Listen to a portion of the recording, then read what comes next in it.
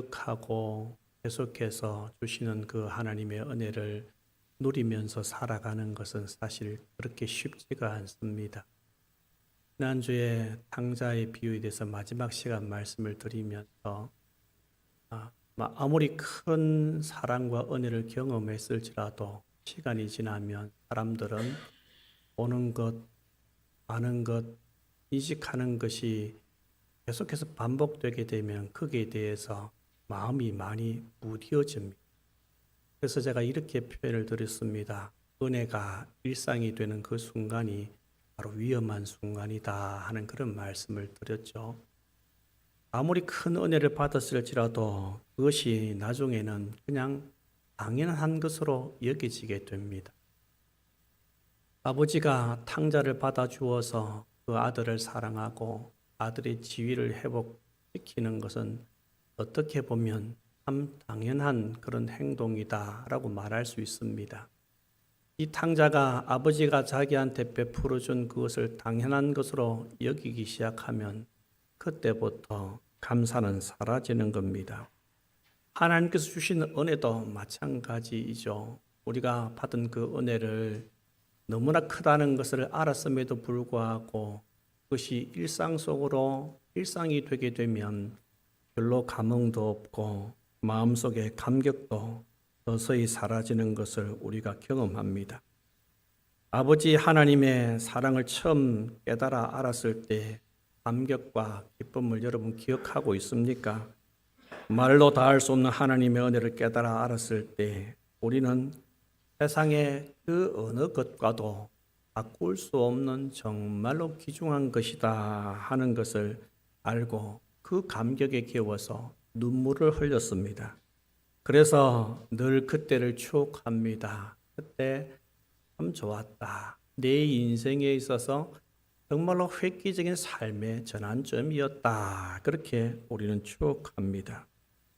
만약에 그 마음을 우리가 지금 살아가면서 다시 회복할 수 있다면 얼마나 좋겠습니까? 그때를 기억하며 그때의 그 감정을 다시 회복하여서 다시 하나님을 뜨겁게 사랑할 수 있다면 그만큼 감사한 것은 없을 것입니다. 부부를 보면 너무나 사랑해서 당신 없이는 못 살아 라고 고백하여서 결혼했는데 결혼하고 나서 어느새 당신 때문에 못 살아 이런 말로 바뀌는 데에는 살아보면 사실 그렇게 오랜 세월이 걸리지 않습니다. 신앙도 사명감을 가지고 감당하는 일도 처음 사랑했던 것처럼 사랑할 수 있다면 그 과거로 돌아갈 수 있다면 얼마나 좋겠습니까? 제가 우리 창락교회 부임한 지가 이제 만 2년이 지났습니다. 처음 부임하고 몇 개월 후에 시차례가 있었는데 거기서 한 목사님이 저한테 이런 질문을 합니다. 교회 분위기 어떻습니까? 그래서 제가 이렇게 대답했습니다. 성도님들이 너무 귀하고 사랑이 넘치고 감사한 분들이다 이렇게 말을 했습니다. 그러니까 이분이 대뜸 하시는 말씀이 아직 신혼이 안 끝났나 보네 이렇게 말씀하시더라고요. 제가 속으로 아니요 원래 우리 교회는 좋은 성도님들입니다 라고 말을 하려고 하다가 기회가 없어서 말을 못했습니다. 근데 속으로 이런 기도를 했습니다. 하나님 이 신혼생활이 오래 지속될 수 있도록 도와주십시오 라고 기도를 했습니다. 여러분 생각에는 어떻습니까? 지금도 신혼인 것 같습니까? 새로운 담임 목사가 와서 아직도 분위기가 좋고 여전히 저의 설교가 여러분들에게 신선하게 들리고 오후 찬양할 때 계속 가슴이 뜨겁고 기쁩니까? 한 2년 계속 한 사람한테 설교를 듣다 보니 설교 중간중간에 이전에 설교 시간에 한번 했던 이야기인데 하고 이런 것들이 들리지는 않습니까? 작년에는 새벽 기도회 때 의자가 부족해서 늦게 오신 분들이 바닥에 앉는 일도 있었는데 요즘은 새벽 기도회 때 자주 나오셨던 분들도 얼굴이 잘 안 보이고 가끔 나오셨던 분들은 거의 안 보이고 찬양하는 것도 가만히 보면 이전만큼 열정이 없다 하는 그런 것을 자주 느낍니다. 작년에 성경을 열심히 읽었던 것 여러분 기억하실 것입니다. 열심히 성경을 읽어서 나도 성경을 읽고 너도 성경을 읽고 또 어디를 가든지 성경을 들고 다니고 성경을 읽었던 사모했던 그런 때가 있었습니다. 이번 해에는 성경 읽자고 그렇게 많이 강조를 안 해서 그런지 작년보다는 많이 줄었습니다. 그런데 가만히 생각해 보니 성도님의 열정이 많이 식었다라고 생각하고 가만히 생각해 보니 성도님의 열정이 떨어진 것이 아니라 저한테 문제가 있다는 생각이 듭니다. 설교도 찬양 인도도 기도도 처음보다 열정이 많이 떨어져 있는 저의 모습을 봅니다. 이번 주 이 본문 말씀을 읽고 묵상하면서 내가 변하지 않으면 교회의 변화는 없다는 생각이 들었습니다. 그렇다면 우리가 어떻게 하면 이 식었던 열정을 다시 회복할 수 있을지 오늘 본문을 통해서 한번 살펴보도록 하겠습니다. 오늘 본문은 예수님께서 소아시아 7교회에 보내는 편지의 내용 중 처음 부분입니다. 예수님을 오른손에 7뼈를 붙잡고 7 촛대 사이를 거니시는 분으로 말씀하고 있습니다. 여기서 말하는 7 금촛대는 7 교회를 이야기합니다. 오늘 뒤쪽에 쭉 보면 소아시아 7교회에 대해서 편지를 하시는데 그 7교회 사이를 다니시는 분, 그리고 7별을 붙잡고 계시다라고 말씀하고 있는데 이 7별은 바로 그 교회의 영적인 지도자들을 의미하는 겁니다. 이는 예수님께서 교회와 그 지도자들을 붙들고 계셔서 예수님께서 교회를 운영하고 계시다는 것을 상징적으로 보여주는 것입니다. 첫 번째 편지를 받는 교회는 에베소 교회입니다. 에베소 교회는 바울이 전도 여행을 하면서 개척한 교회인데 이 에베소라는 도시는 보통 도시가 아닙니다. 그곳에는 큰 아데미 신전이 있었는데 사도행전에 보면은 크다 에베소의 아데미여 하고 몇 시간 동안에 소리 질렀던 그런 사건을 여러분 기억하실 것입니다. 이곳이 아데미 신전이 있는 곳으로서 우상 숭배의 본거지라고 말할 수 있을 정도로 대단한 곳입니다. 그런데 이런 곳에 교회가 세워졌습니다. 이것만 해도 정말로 대단한 것입니다. 그런데 게다가 에베소 교회는 예수님께서 인정하시는 대단한 모습이 오늘 본문에 있었다라고 말씀하고 있습니다. 먼저 2절 3절 말씀 같이 읽어보겠습니다. 내가 네 행위와 수고와 네 인내를 알고 자칭 사도라 하되 아는 자들을 시험하여 그의 거짓된 것을 내가 드러낸 것과 또 내가 참고 네 이름을 견디고 게으르지 아니한 것을 아노라. 아멘. 예수님께서 하신 이 말씀 2절 3절 말씀만 읽어보아도 이 단어의 세부적인 뜻을 이해하지는 못할지라도 이 교회가 보통 교회는 아니다. 정말로 훌륭한 교회다 하는 것을 충분히 한눈에 알 수가 있죠. 단어 하나하나 뜯어본다면 여기서 예수님께서 네 행위를 안다라고 말씀하셨는데 이 행위라는 것은 말로만 하는 신앙이 아니라 실제 삶 가운데 하나님의 말씀을 쫓아서 하나님의 뜻을 이루고 살아가는 그런 행동을 의미합니다. 수고는 땀 흘리는 수고, 피곤함이 누적될지라도 헌신하는 것을 금하지 않는 그런 것을 이야기합니다. 자신의 편안함을 포기하면서까지 교회를 세우는 일에 열정을 다해서 희생하는 삶의 모습을 이야기하고 있습니다. 인내는 고난을 피하지 않고 끝까지 견디는 신실함을 말합니다. 이렇듯이 이 에베소 교회는 예수님께서 보시기에 정말로 칭찬할 만한 아름다운 것이 있었습니다. 악한 것을 용납하지 않는 거룩함과 악한 것을 분별하여서 교회에서 쫓아내어 교회의 순수를 지킨 모습을 말씀하고 있습니다. 이런 교회라면 얼마나 든든하고 보기 좋고 자랑할 만하겠습니까? 이것을 좀 길긴 하지만 이렇게 한 문장으로 표현할 수 있습니다. 에베소 교회는 열심히 일했고 헌신했고 고난을 견뎠으며 타협하지 않았고 분별력이 있었고 진리를 위해 불편한 싸움도 마다하지 않았던 매우 건강한 교회였다. 얼마나 아름다운 모습입니까? 그리고 더 나아가서 6절에서는 니굴라 당의 행위를 미워했다 이렇게 표현하고 있습니다. 니굴라 당은 하나님께서 한번 하나님의 백성들을 구원해 주셨으면 구원받은 하나님의 백성들은 다시 회개할 필요가 없다라고 주장했던 사람들입니다. 지금의 구원파와 매우 비슷한 주장을 하고 있는 것이죠. 이 니골라 당을 예수님께서 뭐 하셨다? 미워하셨다라고 말씀하고 있고 또 그 예수님께서 미워하는 것처럼 이 에베소 교회도 이런 사람들을 미워했다라고 말하고 있습니다. 이 에베소 교회는 이렇듯이 정말로 훌륭한 교회, 정말로 칭찬받을 만한 그런 교회였으면 틀림없습니다. 그런데 예수님께서 이 훌륭한 모습을 가지고 있는 것을 뒷전으로 하고 이들에게 경고의 말씀을 하십니다. 우리 4절 말씀 같이 읽겠습니다. 그러나 너를 책망할 것이 있나니 너의 처음 사랑을 버렸느니라. 아멘. 그러나 너희들이 정말로 신앙생활을 순수하게 교회의 권위를 잘 지키고 교회의 그 성결함을 잘 지키고 정결하게 살고 있지만은 너희들이 정말로 중요한 실수 하나를 했다. 그게 바로 뭐냐? 너희가 바로 처음 사랑을 버렸다라고 말씀하고 있습니다. 처음 사랑을 어쩌다 보니 잃어버릴 수도 있겠죠. 하지만 여기서는 어쩌다 보니 잃어버렸다라고 표현하지 않고 너희가 처음 사랑을 어떻게 했다? 버렸다라고 말씀하고 있습니다. 이 말은 무슨 말입니까? 버렸다는 것은 적극적인 행위라는 겁니다.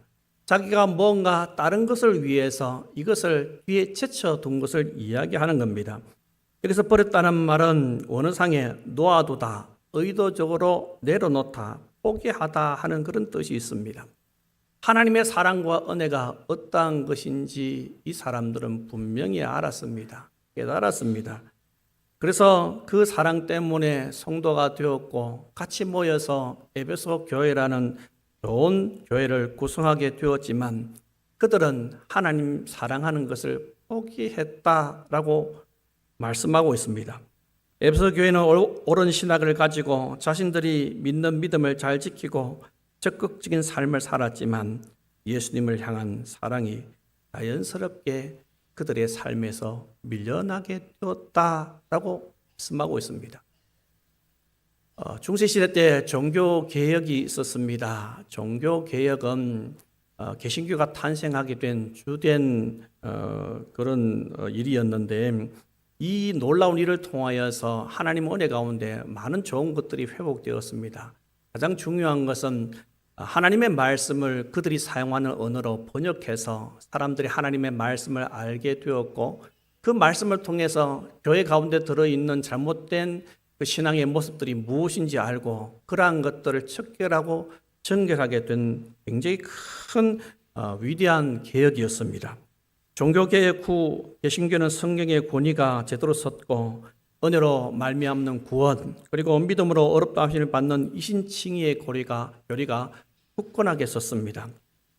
하지만 이 놀라운 역사 후에 어떤 일이 일어난 줄 아십니까? 이 일이 일어나고 난 다음에 사람들 마음속에 사람들한테 어떤 생각이 생기냐면은 과연 누가 더 옳은가?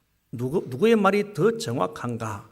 어떤 신앙 고백서가 표현이 더 옳은가 하는 그런 것 때문에 논쟁이 되어서 참 많이 싸웠다고 합니다.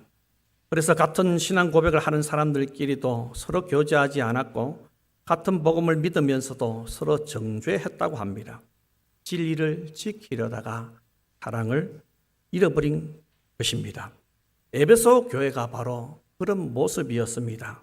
진리를 수호하기는 했지만 정작 하나님을 향한 사랑하는 마음을 잃어버렸습니다. 아니, 잃어버린 것이 아니라 진리를 지키기 위해서 하나님 사랑하는 것을 포기해버렸습니다. 전쟁하느라 하나님을 사랑할 시간을 포기한 것입니다. 야, 누구야, 나 좀 봐줘. 나 너와 교제 나누고 싶어. 주님 조금만 있어 보세요. 제가 지금 진리를 지키는 일 하고 있잖아요. 야, 누구야, 난 너와 교제하고 싶어. 주님, 잠깐만 기다려 보세요. 이게 바로 서야 될 것 아닙니까? 마치 이런 것처럼 그렇게 살았다는 것입니다.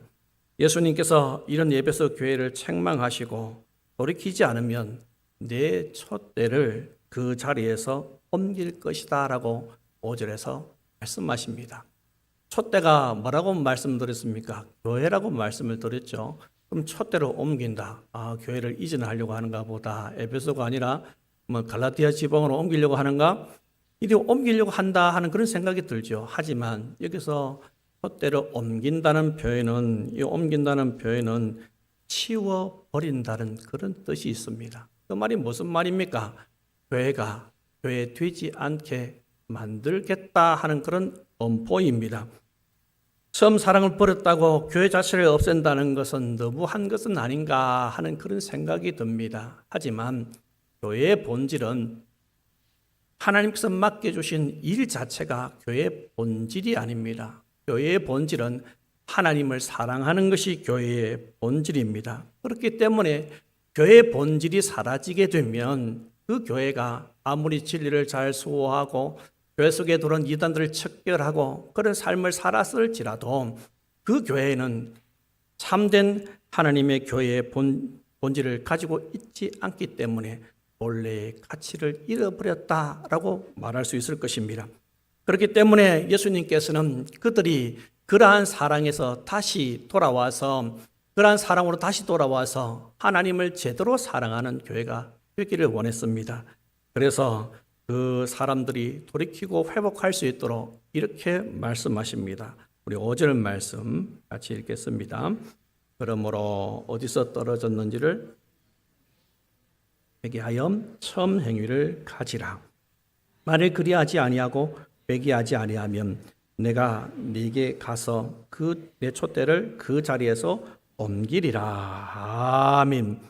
너희들이 책망할 것이 있는데 너희들은 처음 사랑을 버렸다. 그러니까 이 세 가지를 해라 라고 말씀하시는데 첫 번째는 뭘 하라고 이야기하고 있습니까? 어디서 떨어졌는지를 생각하라 라고 말씀하고 있습니다. 여기서 생각하라는 말은 원어상에 기억하라 하는 그런 뜻입니다. 뭘 기억해야겠습니까? 하나님께서 자신들한테 베풀어 주신 사랑과 예수님께서 십자가상에서 보여주신 그 사랑과 은혜를 기억하라는 겁니다. 하나님께서 얼마나 크신 사랑으로 우리를 구원해 주셨습니까? 우리는 마땅히 죄인으로서 하나님의 진노를 받아야 할 그러한 사람인데도 불구하고 하나님께서는 우리를 사랑하셔서 이 땅에 예수 그리스도 독생자를 보내어 주셨고 예수님께서는 사랑할 구석이 아무것도 없는데도 불구하고 우리를 위해서 기꺼이 십자가에 달려 돌아가셨습니다. 그 사랑과 은혜를 기억하라. 그 사랑과 은혜를 기억하라. 그 사랑을 기억해야 제대로 된 사랑의 회복을 할 수 있다라고 주님께서 말씀하고 있습니다. 두 번째는 자기의 잘못을 회개하라라고 촉구하십니다. 하나님을 사랑하는 마음 없이 행한 일을 회개하라고 말씀하십니다. 하나님께서 원하시는 것은 일이 아니라 관계입니다. 여러분, 관계를 통해서 일을 통해서 하나님과의 관계가 회복되는 것이 아닙니다. 관계가 먼저 잘 되어야 일도 제대로 될 수 있는 겁니다.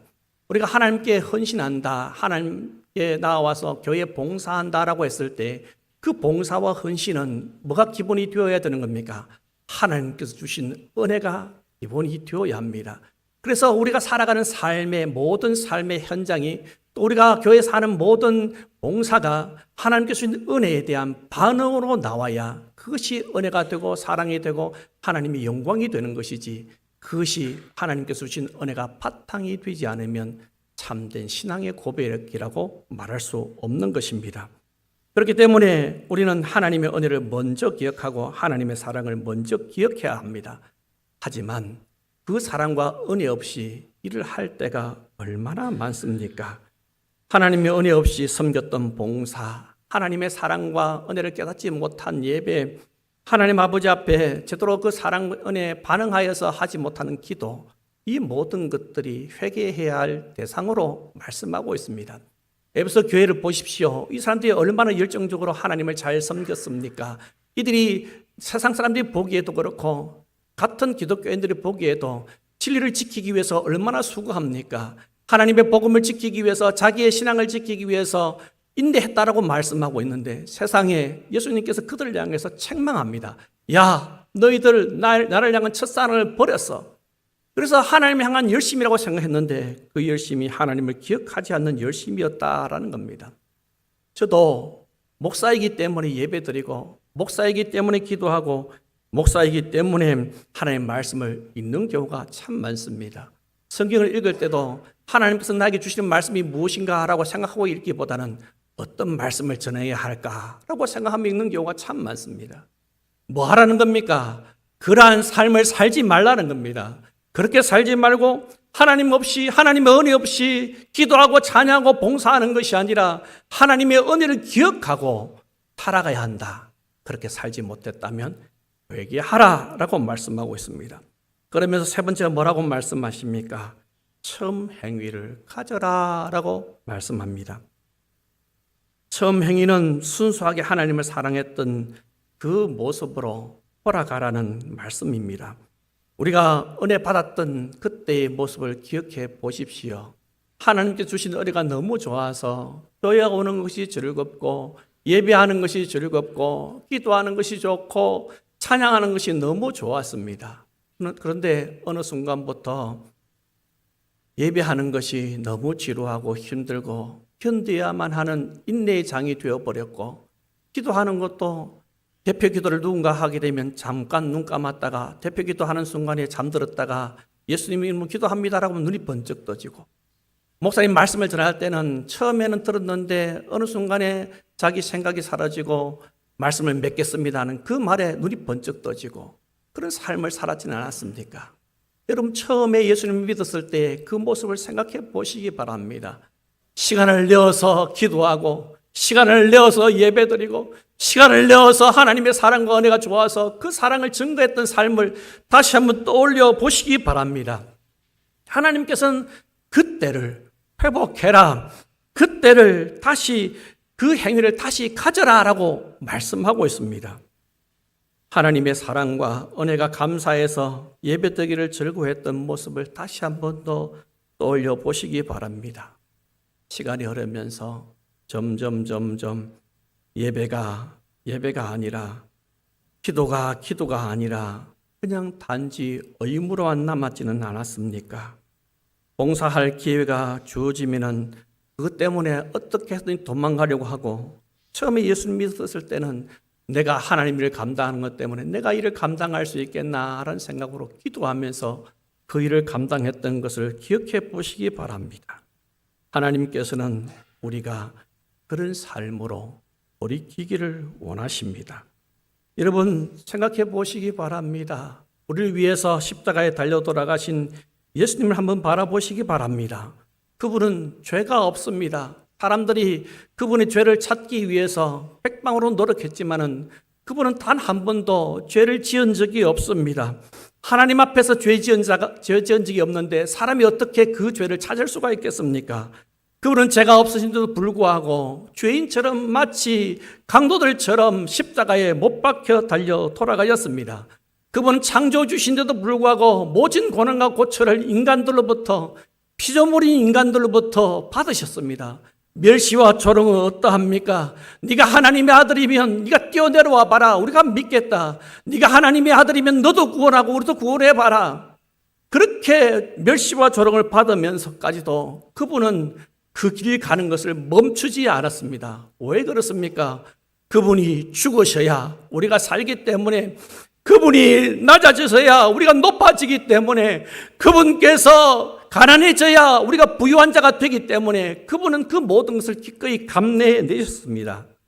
그분께서, 그 주님께서, 사랑의 주님께서 우리와 함께 계십니다. 그분이 우리가 하나님 앞에서 올바로 행위를 하고 돌이키려고 할 때 그분께서 우리한테 힘을 주실 것입니다.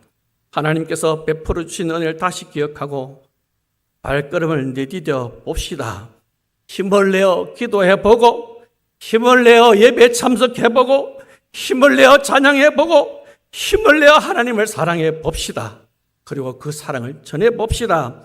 하나님께서 우리에게 힘 주시고 구원의 기쁨을 회복시켜 주실 것입니다. 책망이 끝이 아니라 다시 회복시키기를 원하시는 하나님께 우리 같이 나아갑시다. 올해 얼마 남지 않았지만은 이 남은 이 날들을 그렇게 보내고 또 새롭게 하나님께서 주시는 은혜를 기대하면서 새해를 맞이하여서 하나님의 은혜가 내년에는 더욱더 풍성해지는 그런 은혜가 있기를 소원합니다. 아멘.